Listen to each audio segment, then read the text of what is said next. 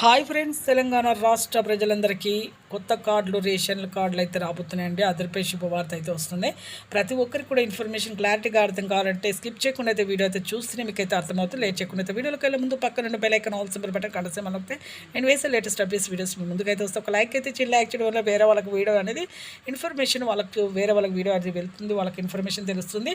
ఇక ప్రతి ఒక్కరికి కూడా రాష్ట్ర ప్రజలందరికీ అదిరిపై శుభవార్త అండి. కొత్తగా పెళ్ళైన వారికి అని అలాగే ఇలాంటి కొన్ని మార్పులు కొంతమంది సపరేట్గా మళ్ళీ కార్డు తీసుకున్న వారికి కానీ రేషన్ కార్డులు అయితే మీకు కొత్తగా తీసుకోవచ్చు అండి, చేసుకోవచ్చు. కొత్తగా పెళ్ళయ్యే వాళ్ళకు కొత్త రేషన్ కార్డులు అయితే తీసుకోవచ్చు అని వచ్చిందండి.